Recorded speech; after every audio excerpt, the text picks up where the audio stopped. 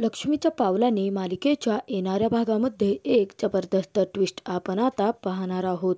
राहुल, रोहिणी आणि नैना तिघे मिळून आता कलाच्या विरोधात खूप मोठं कारस्थान रचणार असतात. तर नैना आता स्वतः कलाचं नाव वापरून पोलीस स्टेशनमध्ये आबांच्या विरोधात कंप्लेंट करणार असते. तर आता चांदेकरांच्या मनात कलाविषयी खूप मोठा गैरसमज निर्माण होणार असतो आणि सगळेच आता कलाचा फक्त आणि फक्त तिरस्कार करणार असतात.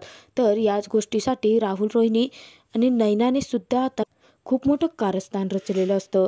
तर आता अद्वैत कलावरती विश्वास ठेवणार का आणि आता ते दोघे मिळून आबांना जेलमधून बाहेर कसं काढणार. तर राहुल, रोहिणी, नैना हे तिघे मिळून आता या सगळे प्लॅन कशी करणार आणि त्यानंतर आबांना जेलमध्ये कलाचं नाव वापरून कसं अडकवणार हे आपण या व्हिडिओमध्ये पाहणार आहोत. तर व्हिडिओ शेवटपर्यंत नक्की बघा. तर इकडे नैना कलामध्ये वाद झालेले असतात, परंतु आता स्वतः माघार घेत कला माफी मागत असते. तेव्हा रोहिणी मुद्दाम कलाला म्हणते, इतक्या ताटपणे कोणी माफी मागतं का. तेव्हा आता कला म्हणते की माझ्या माफीमध्ये अजिबात ताटपणा नव्हता आणि मी नैनाताईची छोटी बहीण आहे, त्यामुळे मी माफी मागितली तर काय फरक पडणार आहे. तेव्हा आता आबा चिडतात आणि म्हणतात की चला बास करा सगळं हे, तुम्ही हे सगळं काही थांबवा आणि स्वतःच्या रूममध्ये जा. इतक्यातच आता तिथे पोलिसांची एंट्री होते. तर पोलिसांना पाहून आबा म्हणतात की काय झालं आहे, तुम्ही यावेळी इथे कसे काय. तेव्हा आता अद्वैत लगेच म्हणतो की आबा थांबा, मी लगेच कमिशनरला फोन लावतो. तेव्हा तो पोलीससुद्धा आता अद्वैतला म्हणतो की हो हो लावा फोन. आता तुम्ही कमिशनरला फोन लावा, अगर कलेक्टरला लावा, याच्याशी आमचं काहीच देणं घेणं नाही आणि आम्हाला फरकसुद्धा पडणार नाही. कारण या घरात एका स्त्रीवर कित्येक दिवस झालं अन्याय होतो अशी कंप्लेंट आमच्याकडे रजिस्टर झाली आहे. तर ते इन्स्पेक्टर लगेचच एका हवालदाराला सांगतात की तुम्ही कला चांदेकरच्या शेजारी जाऊन उभे राहा आणि त्यांची काळजी घ्या, त्यांच्यावरती आता कोणताही दबाव पडू देऊ नका. इतक्यातच आता प्रदीप बाहेर आलेला असतो. प्रदीप म्हणतो की इन्स्पेक्टर तुम्ही इथे कशासाठी आला आहात. तेव्हा इन्स्पेक्टर म्हणतात की आबा चांदेकरांच्या विरोधात आमच्याकडे पोलीस कंप्लेंट आली आहे आणि ती तुमच्या घरातील एका व्यक्तीने केली आहे. तेव्हा अद्वैतला मोठा धक्काच बसतो आणि अद्वैत आता त्या व्यक्तीचं नाव विचारतो. तर तो इन्स्पेक्टर खूप मोठा बॉम्ब फोडत म्हणतो की कला चांदेकर यांनी आबा चांदेकरांच्या विरोधात आमच्याकडे कंप्लेंट केली आहे. तेव्हा सर्वांना मोठा धक्काच बसतो. धक्क्याने सगळेच जण आता कलाकडे पाहत असतात. तेव्हा कला धक्क्यानेच विचारते की इन्स्पेक्टर तुम्ही काय बोलताय, मी कधी कंप्लेंट केली आणि आजोबांच्या विरोधात मी कंप्लेंट का करेन. तेव्हा आता अद्वैत चिडूनच कलाला विचारतो की हे सगळं काय आहे कला. तर चिडलेला अद्वैत कलाला विचारत असतो की कला तू आबांच्या विरोधात कंप्लेंट कशी काय करू शकतेस. तेव्हा आता कला म्हणते की अद्वैत माझ्यावरती विश्वास ठेव, मला यातलं काहीच माहीत नाही आहे.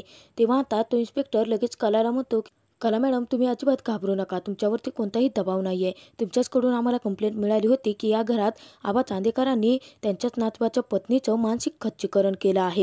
सर्वच खूप चिडते आणि ती म्हणते की तुझं काय डोकं बिकं फिरलं आहे का, आबांच्या विरोधात कंप्लेंट कशी काय करू शकतेस.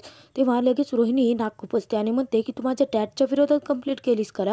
तर कला खूप चिडते आणि म्हणते की एक मिनिट, एकतर मला यात काहीच माहीत नाही आहे आणि ती इन्स्पेक्टरला म्हणते की तुमचं काहीतरी गैरसमज झाला आहे, मी अजिबात तुमच्याकडे कसलीही कंप्लेंट केलेलीच नाही आहे. एवढंच नाही तर मी आजोबांच्या विरोधात कंप्लेंट करूच शकत नाही आहे, तुम्हाला काहीतरी चुकीची इन्फॉर्मेशन मिळाली आहे. तर तो इन्स्पेक्टर लगेच कलाला म्हणतो की हे बघा कला मॅडम तुम्ही अजिबात घाबरू नका, तुमच्यावरती कसलाही दबाव येणार नाही. तुमच्यासोबत आत्तापर्यंत या घरात जे काही घडलं आहे ते आत्ताच आम्हाला सांगा. मॅडम तुम्ही अजिबात या लोकांना घाबरू नका, तुमच्या यांनी मानसिक खच्चीकरण कसं केलं, त्यानंतर तुम्हाला कसा त्रास दिला हे सगळं काही आम्हाला सांगा. कायदा तुमच्या बाजूने असेल आणि तुम्हाला आम्ही न्यायसुद्धा मिळवून देऊ.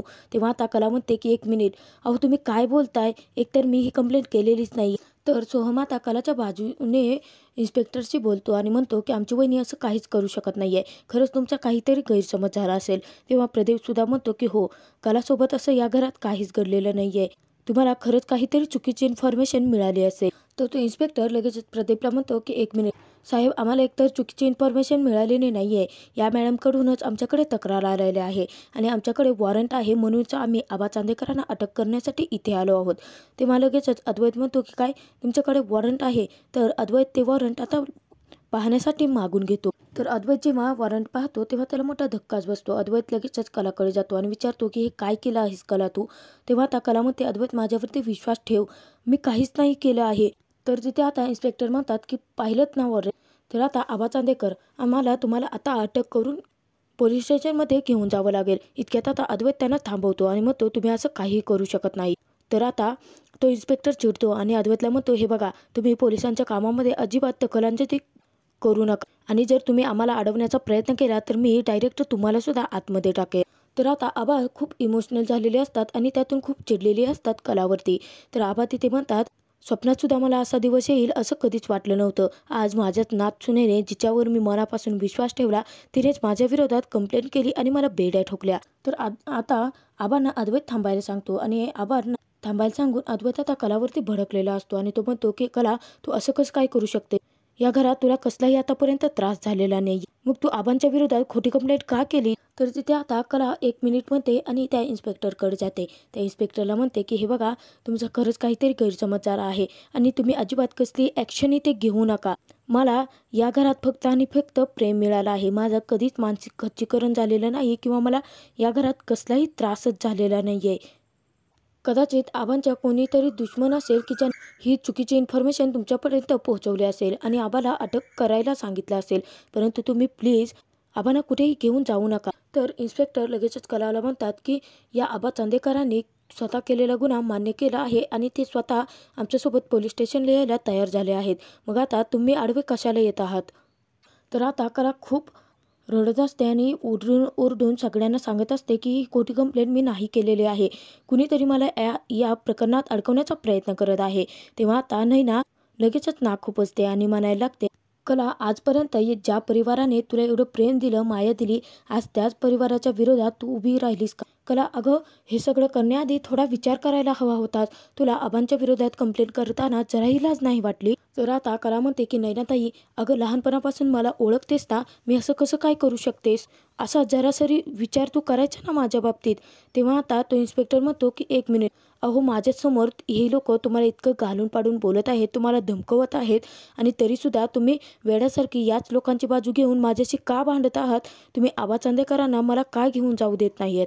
तर इन्स्पेक्टर कलाला म्हणतो की ज्या हिमतीने तू पोलीस स्टेशनमध्ये कंप्लेंट द्यायला आली होतीस ना, तीच हिंमत इथे दाखव आता. हे बघ, तू अजिबात या लोकांना घाबरू नकोस. तेव्हा आता कला धक्क्यानेच विचारतोय की मी केव्हा कंप्लेंट केली? तर आता कला लगेच अद्वैतकडे जाते आणि अद्वैत म्हणते, अद्वैत तू तरी माझ्यावरती विश्वास ठेव, मी असं काहीच नाही केलं आहे. हे इन्स्पेक्टर खोटं बोलत आहेत किंवा यांना चुकीची इन्फॉर्मेशन मिळाली आहे. तेव्हा आता अद्वैत म्हणतो की 1 मिनिट कला, आता माझ्या डोळ्यांना जे दिसत आहे ना, माझा त्याचवरती विश्वास आहे. तू तर आज नालायकपणाची हद्दच पार केली आहे. तर आता इन्स्पेक्टर लगेचच म्हणतो की पास करा चांदेकर, हे नाटक आता तुमचं बंद करा. आता मला आबा चांदेकरांना पोलीस स्टेशनमध्ये घेऊनच जावं लागेल. आम्हाला आता कंप्लेंट मिळाली आहे ना, तर पुढे आम्हाला ॲक्शन ही घ्यावीच लागेल. तेव्हा आता अद्वैत लगेचच आबांना म्हणतो की आबा तुम्ही अजिबात काळजी करू नका, मी आजच्या आज काही करून तुम्हाला जेलमधून बाहेर काढेन. तर कला आता इन्स्पेक्टरला अडवत असते, परंतु इन्स्पेक्टर काहीच नाही करता आबांना तसंच आता घेऊन जातात. तर आता कला खूप रडत असते. तर अद्वैत म्हणतो की 1 मिनिट कला, आता ना तू इथून पुढे आबांचं तोंडात स्वतःच्या नावही आणायचं नाही. आणि अद्वैत आता पटकन इन्स्पेक्टरच्या मागे गाडी घेऊन जातो. तर इकडे आता घरातील सर्वच जण कलावरती खूप चिडलेले असतात. तर प्रदीप लगेचच म्हणतो की आम्ही घरातील सर्वांनी तुझ्यावरती इतका विश्वास ठेवला, परंतु तू खूप मोठा डाव खेळलीस कला. तुला काय वाटलं की तू कंप्लेंट करशील आणि चांदेकरांची इज्जत धुळीला मिळवशील? तर असे अजिबात नाही होणार कला.